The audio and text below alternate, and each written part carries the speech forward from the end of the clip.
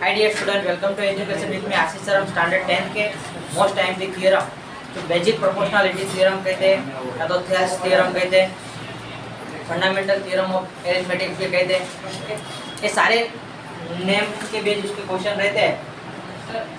Thales theorem, BPT, fundamental theorem of arithmetic, fundamental theorem, ऐसे अलग अलग नाम से पूछ सकते हैं। या तो आपको ऐसा भी पूछ सकते हैं कि डायरेक्ट जो उसको प्रूव करना है तो उसके बेस पे क्वेश्चन रहता है। तो यहाँ पे गिवन में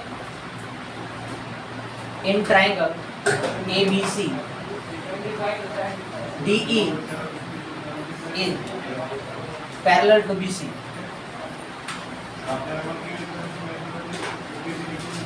पैरेलल टू क्या है BC है। तो यहाँ पे हम उसको ड्रॉ कर देते हैं figure ABC।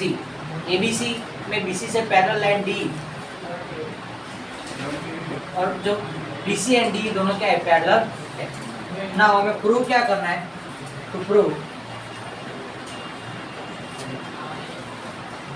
AD upon DB is equal to AE upon EC।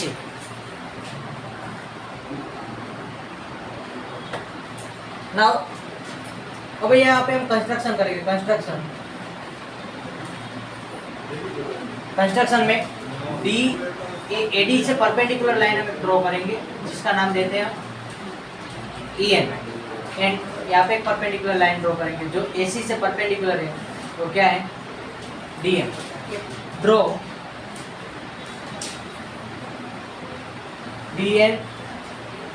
DM perpendicular to AC and EN perpendicular to AB, और ज्वाइन B को ज्वाइन करना है और CD को ज्वाइन करना है।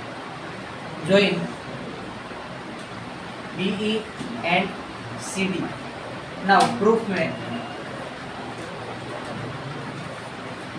इन ट्राइंगल, अब हमें जो प्रूफ करना है तो उसके लिए area find in triangle ADE triangle के अंदर क्या होगा, area of ADE is equal to 1/2 base into height.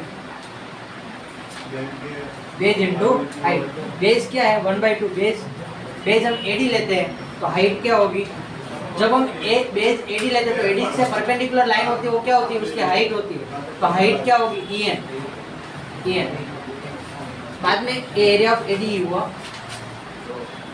Area of ADE का दूसरा ऑप्शन भी हमारे पास है कि जब हम बेस AE लेंगे तब उसकी हाइट क्या होगी, DN होगी। तो area of ADE is equal to 1/2 AE into DN। Okay, ये दो हमारे पास इक्वेशन अभी बने। अभी इसको हम इक्वेशन नंबर नहीं देते आगे। अब यहाँ पे ट्राइंगल BDE के लिए, ओके, तो BDE ट्राइंगल है उसको मैं थोड़ा यहाँ पे साइड में बना देता हूँ। ये हमारा DB और यहाँ पे क्या है E पॉइंट है, तो उसके हाइट तो क्या होगी, ये वाली होगी, N वाला तुमने ड्रॉ किया न, E है। तो एरिया ऑफ BDE तो 1/2 बेस क्या है, ये BD है वही बेस होगा, हाइट क्या होगी EN, तो BD इंटू EN। और एरिया ऑफ CED, क्या area of CED is equal to 1/2 C हम बेस लेंगे, क्या लेंगे, C बेस लेंगे, हाइट क्या होगी DN, C इंटू DN। अब ये हम सारे इक्वेशन है उसका क्या करते हैं, तो हम यहाँ पे एरिया ऑफ रेशियो लेते हैं, area of ADE and BDE का, area of ADE upon area of BDE।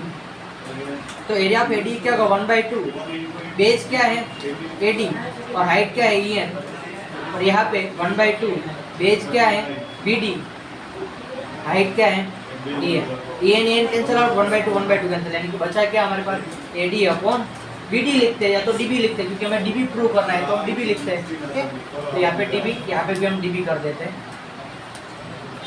और यहाँ पे C की जगह पे EC, यहाँ पे क्या होगा DB।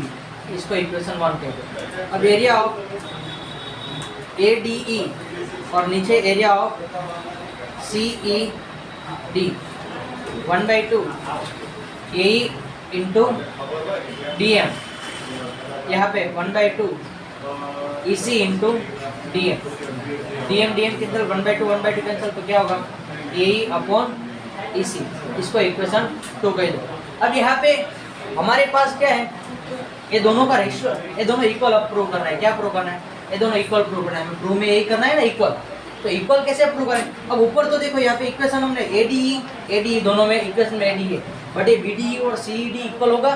तो वी नो दैट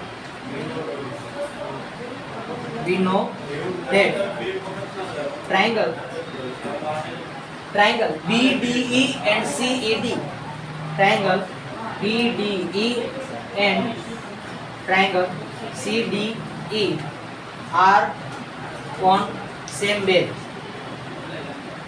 क्या है, दोनों ट्राइंगल सेम बेस क्या है, D,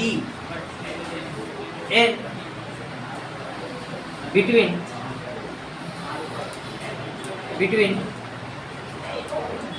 same parallel side।